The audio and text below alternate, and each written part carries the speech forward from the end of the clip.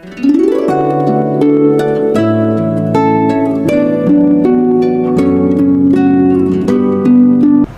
दोस्तों, आज हम देखेंगे कि ये एसी ब्लॉक की वॉल में क्रैक्स आती क्यों हैं और अगर ये आती है तो इनको बंद कैसे किया जाए।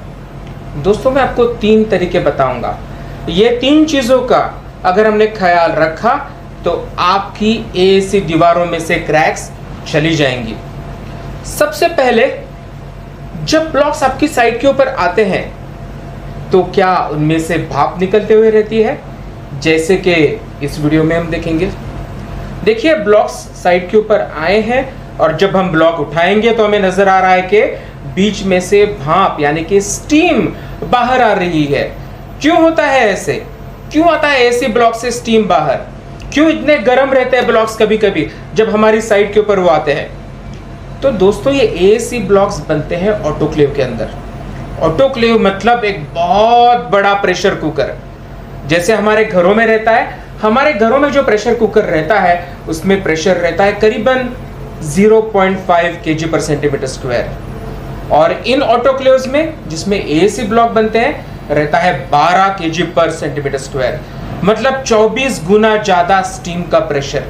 और इस बहुत हाई प्रेशर में ये एसी ब्लॉक्स आप कह सकते हैं कि पकते हैं 12 घंटों तक।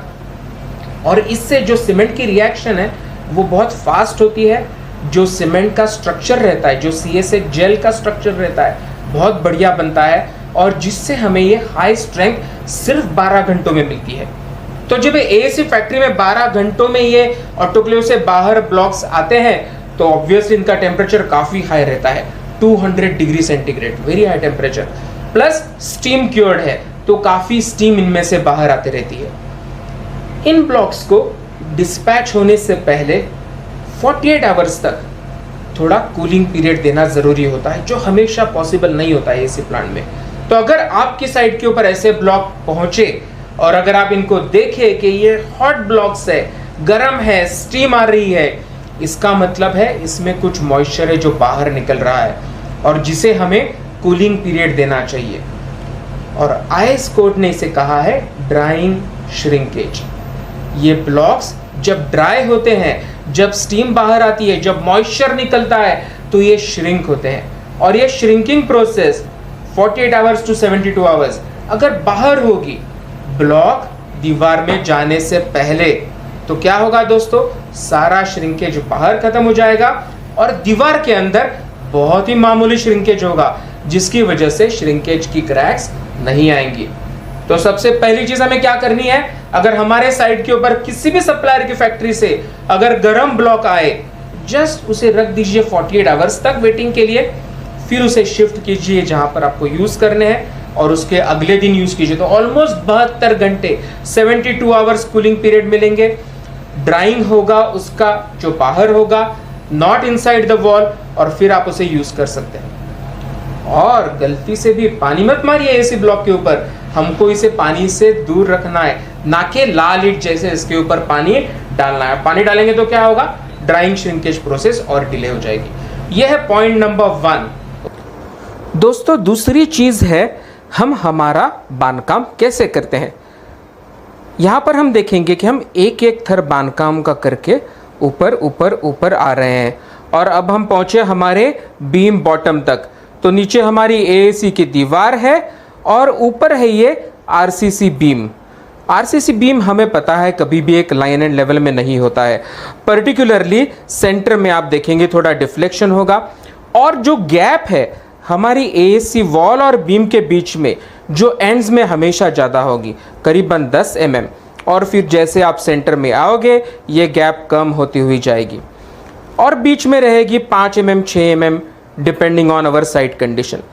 अब ऐसे केस में हम क्या करते हैं, हम बीम बॉटम तक पहुंचे और ये गैप में भर देते हैं हम हमारा माल मसाला, हमारा जो मॉर्टर मिक्स है।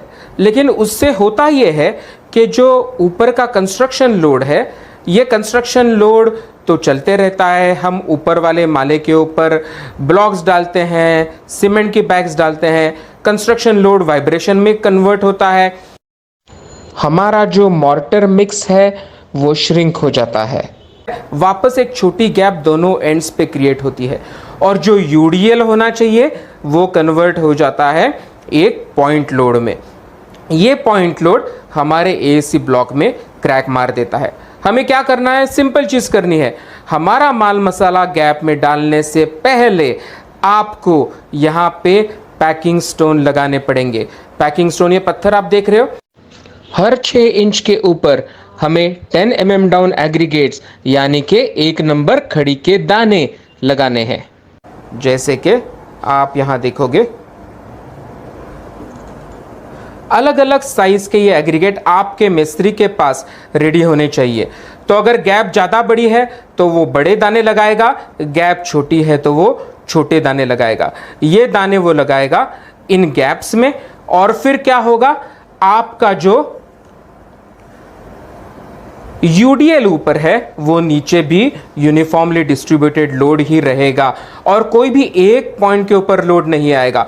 एक बार आपने ये दाने हर 6 इंच के ऊपर बीम बॉटम के नीचे और आपकी वॉल के ऊपर पैक कर दिए, फिर जो गैप बचती है उसमें आप आपका मॉर्टर मिक्स लगा दीजिए। फिर वो मॉर्टर मिक्स कभी श्रिंक नहीं होगा, कभी यूडीएल का पॉइंट लोड में कन्वर्जन नहीं होगा और जो लोडिंग क्रैक है वो आपके एसी दीवार से पूरी तरीके से निकल जाएगी। तो फ्रेंड्स, ये 2 चीज़ें हमने देखी। पहली चीज़ थी कि हमें ब्लॉक्स की स्टीम निकल जाने के बाद, ब्लॉक्स कूल ऑफ होने के बाद लगाने हैं, और दूसरी चीज़ हमने देखी कि जब हम बांधकाम करते हुए ऊपर तक आए, जब गैप बचे ऊपर, जो गैप 5 mm से लेके 10 mm के बीच में हो, तो बीच में खड़ी के दाने, एग्रीगेट के दाने लगाए, अच्छे से बीम को वॉल के साथ पैक करें। जैसे हम एक हिलते हुए टेबल के नीचे पैकिंग लगाते हैं वैसे ही ये पैकिंग लगानी है, और फिर उसके बाद हमारा मॉर्टर मिक्स मसाला बीच में भरे। दोस्तों, तीसरा पॉइंट है हमारी आईएस कोड की प्रोविजन का। आईएस कोड में बहुत सारे पैरामीटर्स है। नॉर्मली हम देखते हैं स्ट्रेंथ की तरफ, लेकिन मेरे हिसाब से सबसे इंपॉर्टेंट है point number 5, drawing shrinkage. IS code ने ग्रेड 1 और ग्रेड 2 2 ग्रेड्स किए हैं, और ग्रेड 1 के लिए कहा है कि ड्राइंग श्रिंकेज 0.05% से ज़्यादा नहीं होना चाहिए। इसका मतलब है जब आप आपकी दीवार कर रहे हो, समझो आपका स्पैन है 15 फुट, 15 फुट मतलब 4500 मिलीमीटर्स, तो ये 4.5 मीटर के स्पैन में कॉलम टू कॉलम अगर 0.05% ड्राइंग श्रिंकेज होगा तो करीबन 2 मिलीमीटर वो वॉल श्रिंक होगी। लेकिन अगर आप ग्रेड 2 ब्लॉक यूज़ करते हो तो वो ड्राइंग श्रिंकेज अलाउड है 0.10%, ऑलमोस्ट डबल, मतलब 2 mm की जगह पर 4 mm shrinkage IS code allow कर रहा है। लेकिन हमें साइड के ऊपर क्या तकलीफ होती है, वो 4 mm श्रिंकेज एक बड़ी क्रैक में आ जाता है।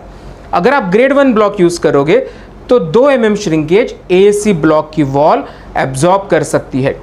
तो 2 चीज़ें करनी है उसके लिए। पहली चीज़, ग्रेड 1 ब्लॉक यूज़ करें, इंश्योर करें कि आपका ड्राइंग श्रिंकेज 0.05% से कम हो, और दूसरी चीज़ आपको ध्यान रखना है कि आपका कॉलम टू कॉलम जो स्पैन है वो 15 फुट से कम हो। अगर 15 फुट से ज़्यादा साइड के ऊपर आर्किटेक्ट ने स्पैन दिया है तो फिर आपको वर्टिकल स्टिफनेस लगाने पड़ेंगे। तो दोस्तों, ये 3 चीज़ों का ख्याल रखें।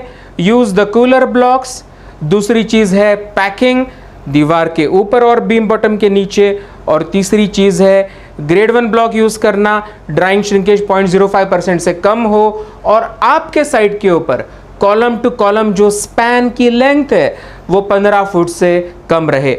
ये 3 चीज़ों का ख्याल रखिए और देखिए एसी ब्लॉक आपके साइड के ऊपर आपको बिल्कुल क्रैक नहीं होने देंगे और आपकी लाइफ थोड़ी इजी हो जाएगी। तो दोस्तों, अगर और कुछ आपको डाउट्स है तो मेरे इस ईमेल आईडी के ऊपर आप मुझसे संपर्क कर सकते हैं। मेरी बुक है अमेज़ॉन के ऊपर, AAC blocks for superior masonry construction, वो आप डाउनलोड करके पढ़ सकते हैं, और हम इस वीडियो सीरीज़ में ऐसे ही मिलते रहेंगे। Thank you very much. Friends, please subscribe my channel to receive more tips on AAC blocks. Thank you.